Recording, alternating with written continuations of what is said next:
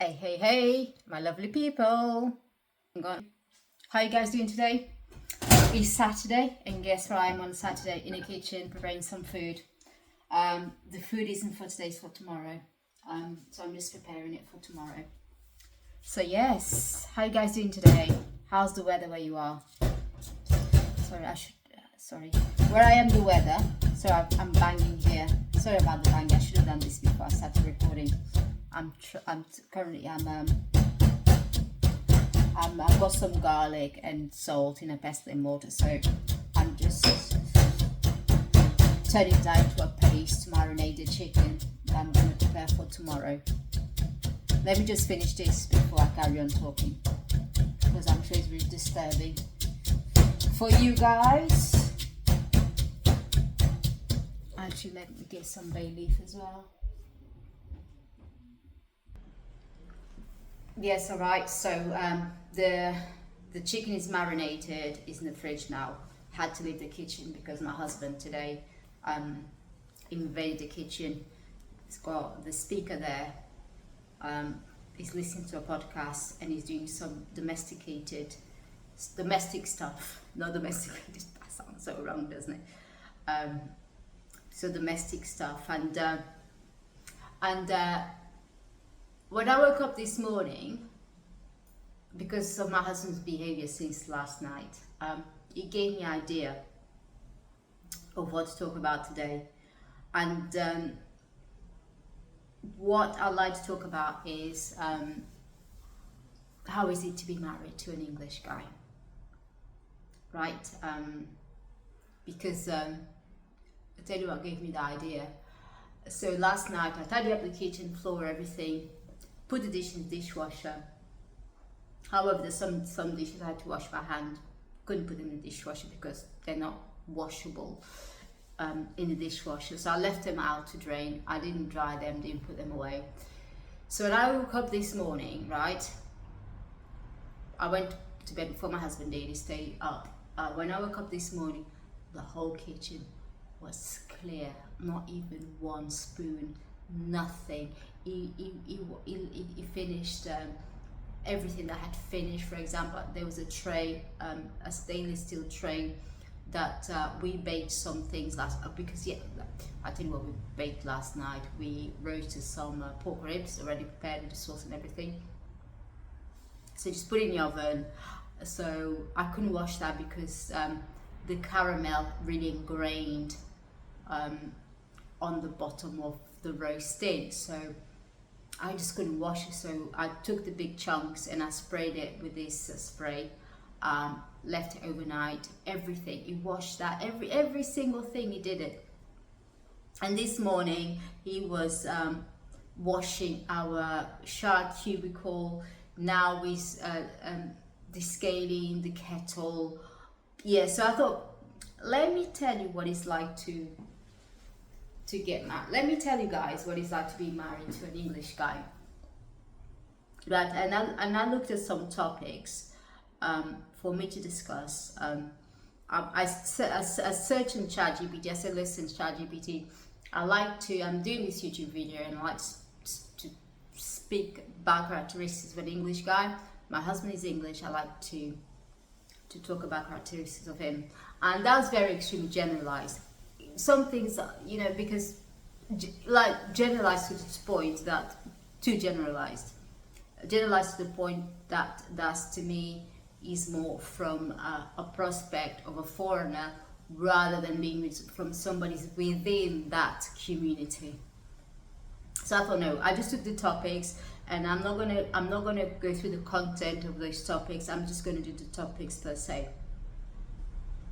And the first one is romance and affection. So what can I say? I'm sure it's not just of the English. To me, just what I'm going to talk about romance is a characteristic. This characteristic I'm going to talk about is applicable to all Northern European men. So they're not romantic as the whole world sees a romantic. They're not romantic at all. They're not the kind of men that, I don't know, they'll just do those romantic things, you know, take you to a romantic holiday on the top of Eiffel Tower, bring you flowers every week, you know, every month. They're not like that at all. To the point, for example, my husband, he hardly buys me any flowers. I've got enough fingers in my hands to tell you how many flowers he bought me. We've been together for like now 25 years, yeah. 13 years married, then 10 years just dating. To the point that last year or sometime this year, twice he just randomly bought me some flowers. I was like, what's going on? I was like, why have I done? Have you done something? Because that is so unusual. He bought me, and I prefer that because that surprise. And I thought, what happened to you? How come if you decide to be so romantic all of a sudden? And he said, oh, because you're so wonderful. And so that really touched me, you know. So they're not romantic as buying flowers all the time, buying chocolate, taking romantic holidays, buying gifts. No, they're not like that at all. So they won't be writing you poems, but for example, make a cup of tea without asking. He will, for example, many years I've been talking about buying this food processor. For years I said I wish I would have had a privilege to talk about it. One day we are in one of the main department stores in the city, and then I saw him going to one side and he's looking at food processors. He said, hey, come here, I want you, what do you think of this? I said, yeah, they're alright, but which one do you think is your favorite? Because I had no idea it was his intention to buy me one as a Christmas gift. I said, no, any of them. No, seriously, which one you like? You know, so as we started talking about them, I said, what about that one? I said, I like that one. Just by accident, I don't know about accident, I didn't even know the prices of it. I don't know, I've got this magnetic thing towards the most expensive things in the shop. I honestly do. I said, this one is really nice, I prefer this one. And he said, really? He said, I like that one too.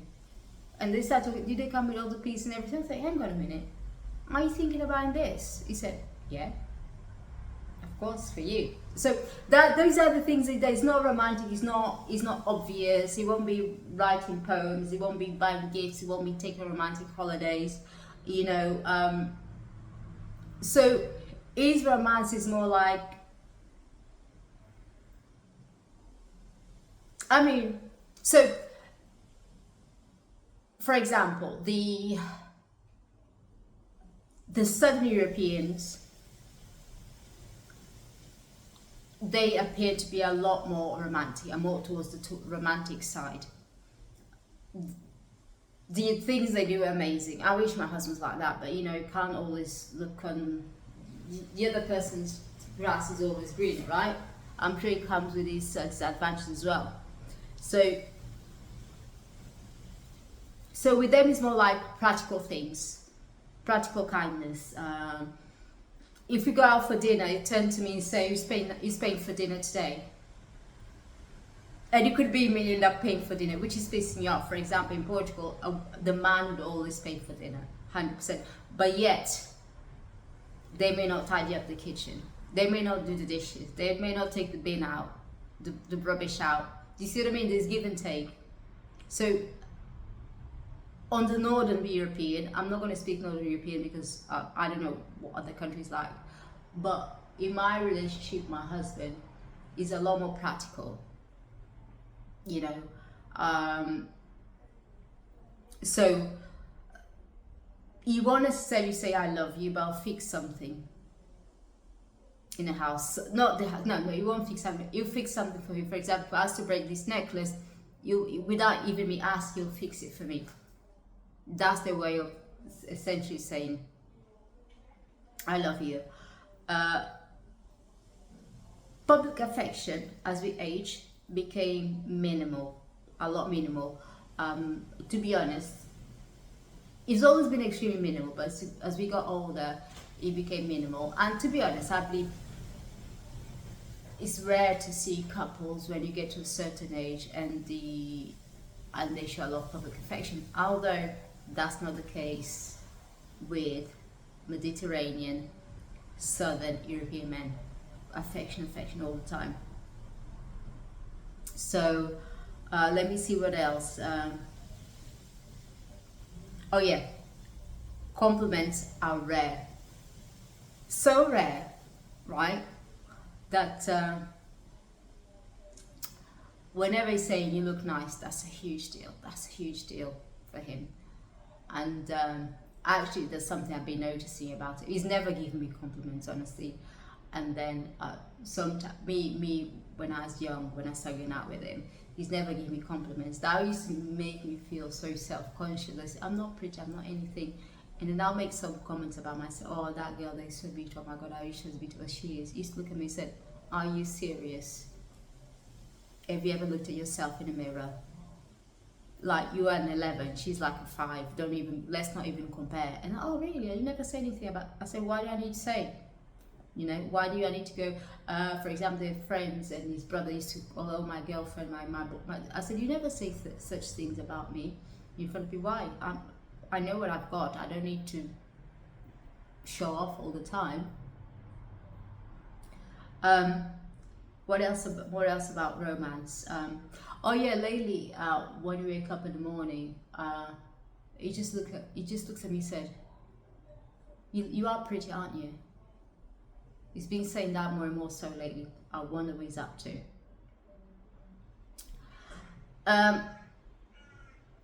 Communication style. This is not him at all. By the way, this is not just about being married to an English person. I'll also be married to my mum, to my husband, to my husband. Communication style. Here says emotionally low volume. No. Generally, yes. But my husband, emotion hyper volume. He tells me when I'm upset, he tells me when I upset him, he tells me when the world's upsetting me, he tells me when he's depressed. He's such a communicative person, and that's really rare, honestly, among English people. That's really rare.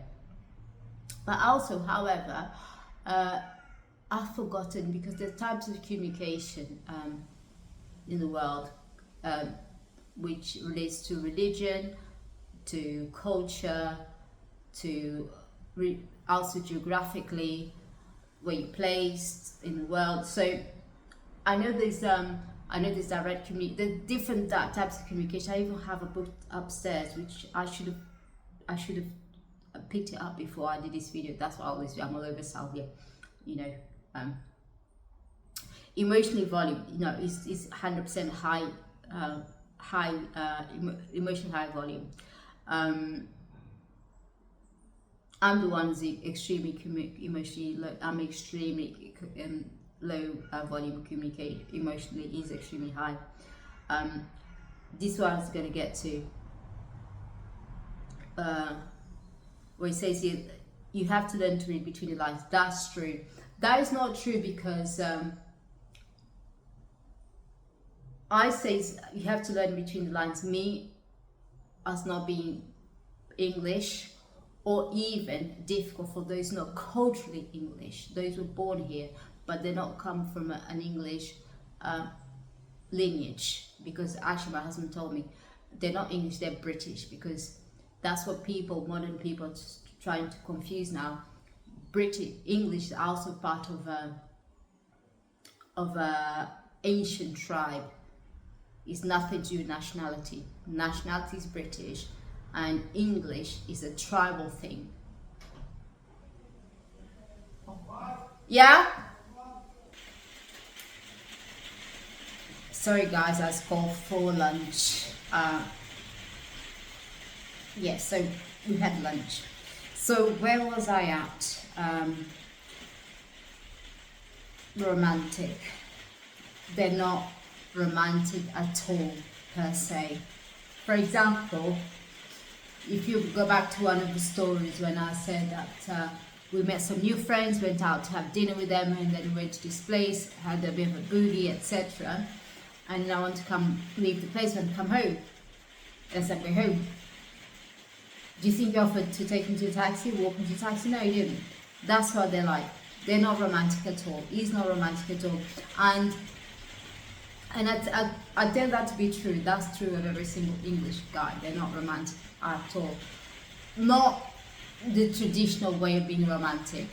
You know, if you go out for dinner, they ask if you want to split the bill. That's not split the bill. It's not about split the bill. You either pay or you pay. If you want to split the bill, it doesn't really care. He doesn't say, I'll pay the bill. No. Obviously, sometimes you say, I'll pay the bill. And I tell him, actually, sometimes I say, you invite me to come out, so you're the one to pay for the bill. So if they say, do you want to go to the pub tab? I say, yes. And when he comes to pay for drinks, he turns to me, are you going to pay for this? I say, no, you're the one who invited me out, so there you go. They're not romantic at all. Oh, whereas communication style. Yeah, I remember now. In terms of reading between the lines, it's about, to me it's more like,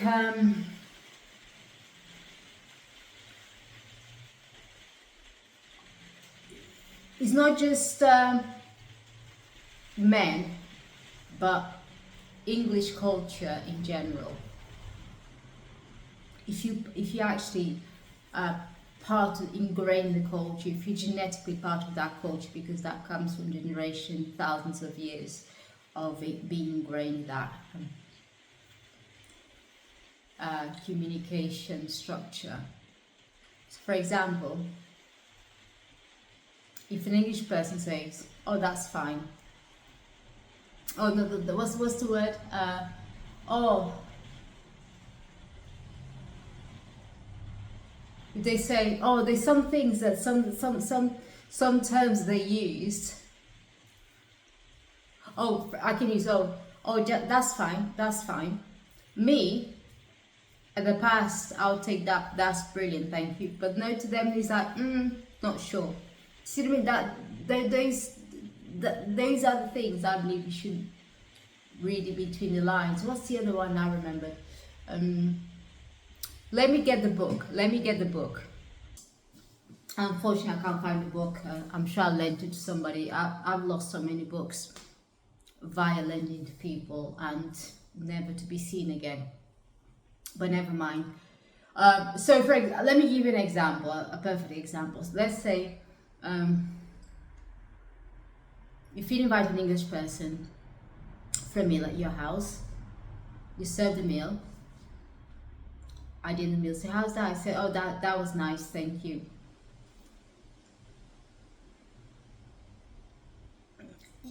You as a foreigner may think that they really enjoyed your meal because they said the food was nice. But what it really means, they didn't like the food.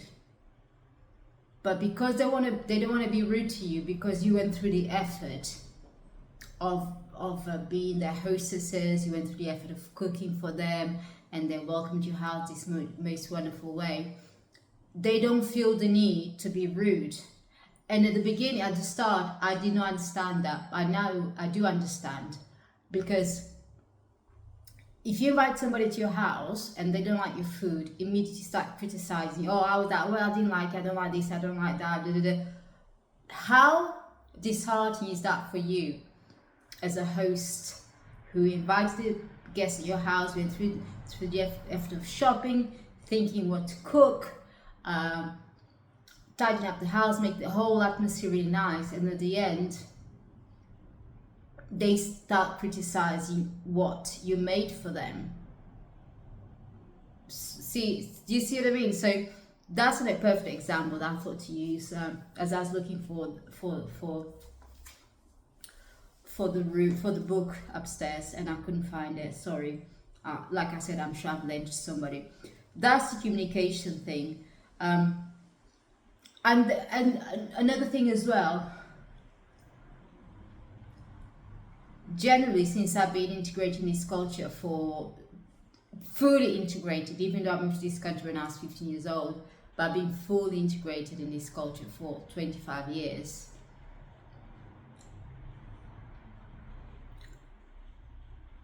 I much prefer how not direct they are, because there are times there's no need for that directness. I much prefer that they're polite to you every single time. No need to be rude. Why are you going to be rude to somebody? Why? You know, there's no need.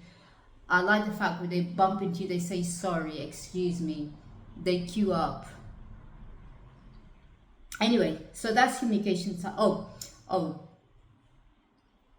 they're so sarcastic. Honestly, they jokes everything about they do. They're so sarcastic, and men as well. Their way of loving, showing love to each other, is always mocking each other. Oh, there's an example I can think of that absolutely shocked me. When I graduated my first job, this young guy who's early 20s, must have only been like 24, 25 years old. He was going bald, and the man in his workplace, do you know what his nickname was? Baldy. And he accepted it. And that's the thing about the English culture as well. They absolutely mock each other all the time. They mock about themselves. They do, all the time. All the time, honestly. They mock about their own selves. Helping at home.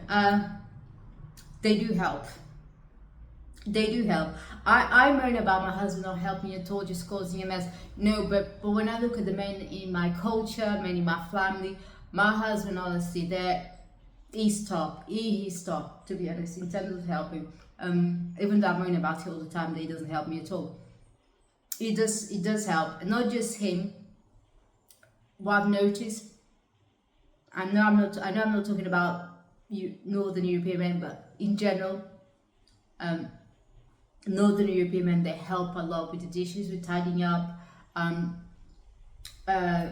doing things around the house. For example, today he cleaned up the rest of the kitchen I left this morning. He's just scaling the shower head, the kettle. When I went upstairs to look for the room, he was cleaning the shower cubicle again. He cleaned it yesterday. He's trying to clean it he tried to clean it yesterday, cleaned it last night. There you go. He's also very task oriented. That's one thing. If you ask him to do something, not only he'll do it, but he'll do it extremely well. Extremely well. Right? Everyday behavior. You apologize constantly. They always queuing up. This one is not true. Emotional support. Steady, dependable. No. Actually, no. Yeah, no, my husband's steady, dependent. I can always depend on him. I thought it was the other way around. I thought he had to be dependent on somebody else, because emotionally he's extremely not independent at all. He's dependent.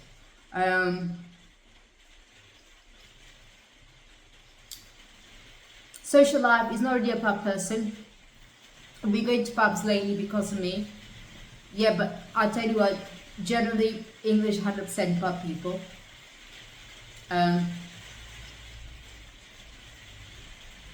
He does not like football. He says he can spend hours discussing football. No, most English men are like that. My husband's not like that. He much prefer rugby. Not rugby, he used to play rugby at school. But he much prefers talking about cricket. He doesn't, to be honest, not into sport very much. There you go.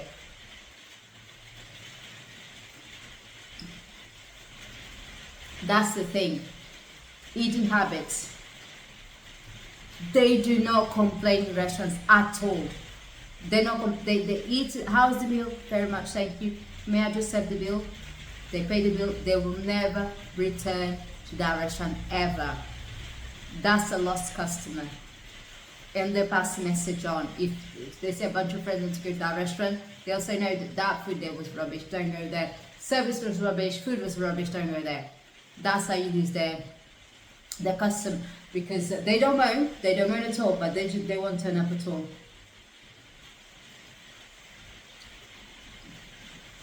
So married an Englishman. Yes, you do get quite loyalty. My husband, I tell you what, is really loyal to the bone. A sense of human tough moments, 100%. Calm when you're dramatic. Not sure about that. No. When I'm dramatic, he can be mega dramatic. In our relationship, is the loud one. Trust me, he's so loud. He's so loud. Oh my god. Not really romantic, but deeply reliable, 100%. What else? So I wish my marriage is a lot more romantic than it is. Sometimes, like, I'll tell you how romantic he is. On my birthday this year, all he said to me, happy birthday. He didn't take me out, he didn't buy a birthday card, nothing, just a normal day. Absolutely nothing. And I was so shocked and sad, but I shouldn't be shocked and sad because it's like this every year. There's only been the year before, they didn't do any, the year before.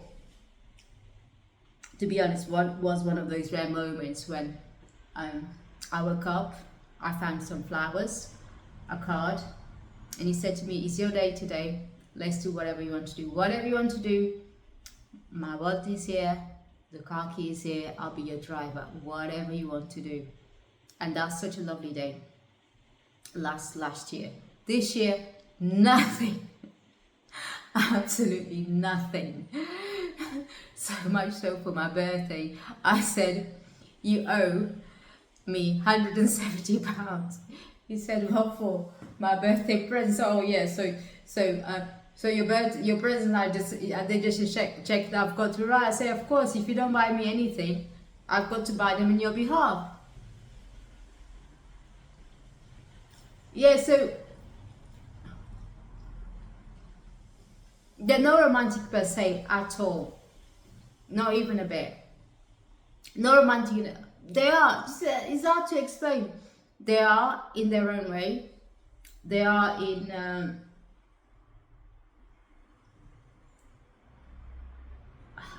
I don't know. How can I explain? In being extremely reliable. I'm sure every man should be reliable. No, they're just not romantic at all. They're just not romantic at all. At all. What's the point of seeing romantic their own way, but they're not romantic at all? They're not romantic at all. That's how Northern European men, they're not romantic at all. They're extremely practical. They're extremely, what's the word I want to use? Practical, pragmatic, loyal. They're supportive. Dependable, you can depend on them. Have I said loyal already? If I haven't, loyal. They're helpers. They help you around the house, tidying up, cooking, everything like that. Don't expect any don't expect holding hands at all. You don't. Just see, you walk around on the streets like with you, like your mates. What else? Expect to share the bills sometimes. The shopping, expect to take your card, sometimes pay you the shopping. Actually, quite a lot of times. So much so this time in Portugal, we went to Portugal. We were there on holiday for Christmas and went to the supermarket. And I took my card out to pay. The lady at the checkout was, what are you doing? She pointed at him. I said, what are you doing? Why are you allowing your wife to pay? What's wrong with you? Are you a man or not? And I translated that to him. He's like, he said, tell her I'm English, I'm not Portuguese. The cheek as well. Yeah, and I'll tell you what. Actually, I'm talking BS. The men in Portugal actually, I just thought about it. I was talking BS about saying men in my culture and all like that. Actually, thinking about it, they are these days men around my age group. Yes, they are like this. They also help around the house a lot. They do. In the past they didn't. My dad's generation, no way. You wouldn't see them. Would see them dead in the kitchen. But my generation and younger generation, yes, they do the same as Englishmen do, plus more. They show some romanticism on the streets everywhere. You know, my husband, I can go away for a whole week on holiday. He won't phone me even once to ask me whether I arrived safely or not. You know, I'm sure that's not just him. So, yeah, that's where he is. At the moment, he's cleaning the bathroom upstairs, our cubicle. And then he said, "How are you without cleaning?" And then he said, I've been cleaning. I said, "When? Do you remember when I cleaned the shower cubicle?" Yeah. Honestly, no, I'm joking. It does help. Sometimes you go in this mode, he doesn't do anything.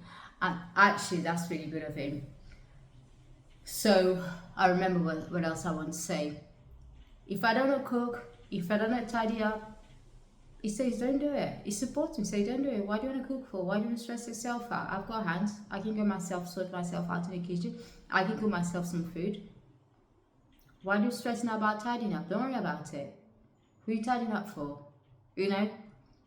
It doesn't mean the fact that we shouldn't have a tidy house. What it means is I shouldn't stress out one day just because the house isn't tidy, just because I didn't want to cook that, you know. That's why it just I said, just chill, you know. Don't cook, don't do anything, just chill. That's one thing. Actually, that's one thing, perhaps just my husband in particular, I'm not sure if it's the same, but I've got that feeling they're all the same. Yeah. Another thing. Oh, they moan. They moan like everything. It's like they're such a bonus. I'm not sure just my husband, but I'm sure it's every single Englishman, at least every single Englishman that I've faced and socialized with. They moan like anything and everything. Obviously, if you're close to them. If you're not close to them, you think they're antisocial. No, they moan like everything and anything they do. Yeah. As I said, I don't really plan before I record my video, so I just end up rumbling BS, not having any structure. So I don't think I'm gonna get any better because that's who I am. That's what I am. And I have these thoughts, and I think to myself, why not talk about it? Yes. So, yes, I'm gonna go now. The weather's been here, it's been weird. Apparently, we have this storm called Storm Margaret going on. Last night, it blew some willy beans. The street was full of rubbish because some neighbors moved out. And they left the rubbish outside, and the state agency still hasn't collected the bins.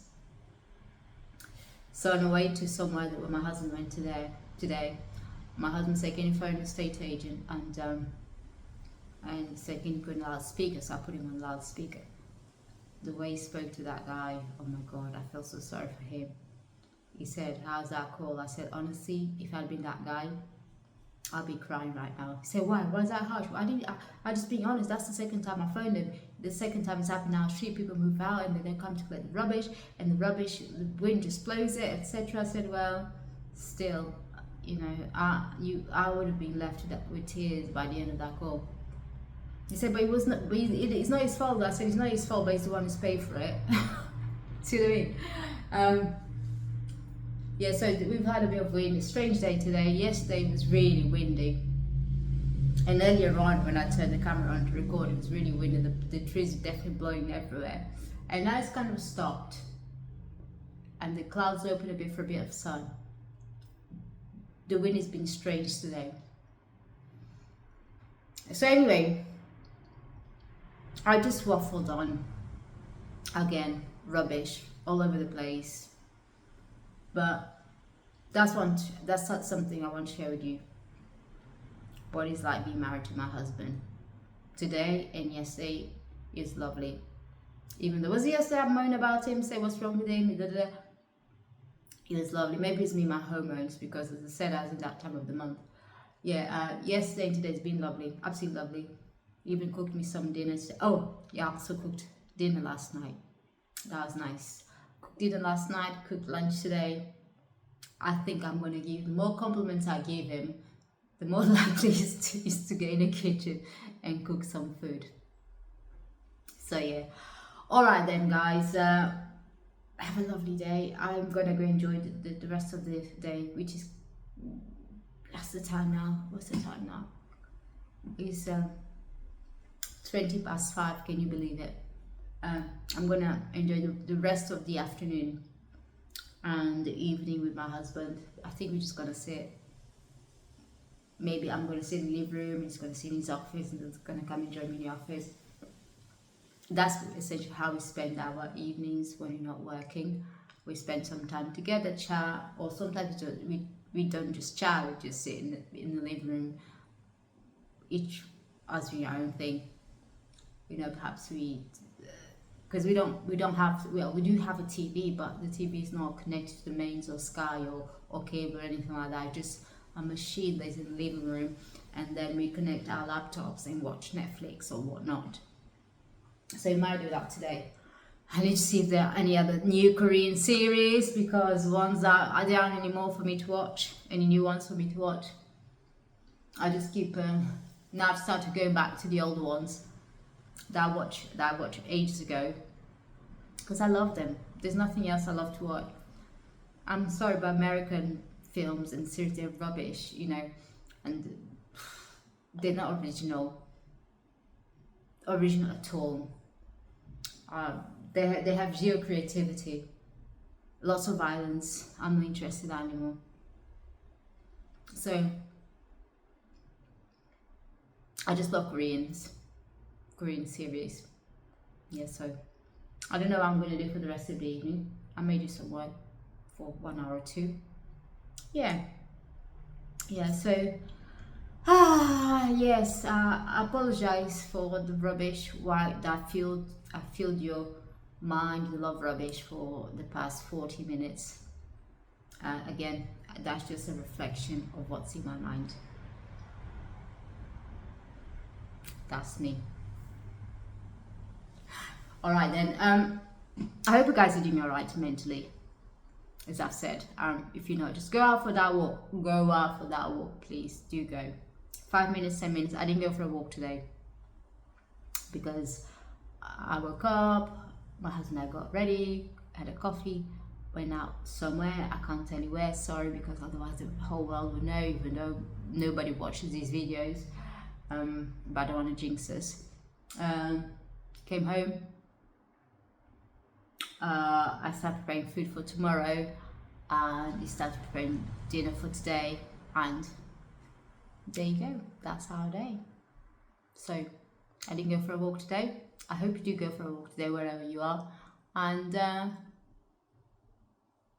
yeah, even though you may be in a low moment, just wait. That high moment is coming for you. Do wait. All right then. Have a lovely day. Bye.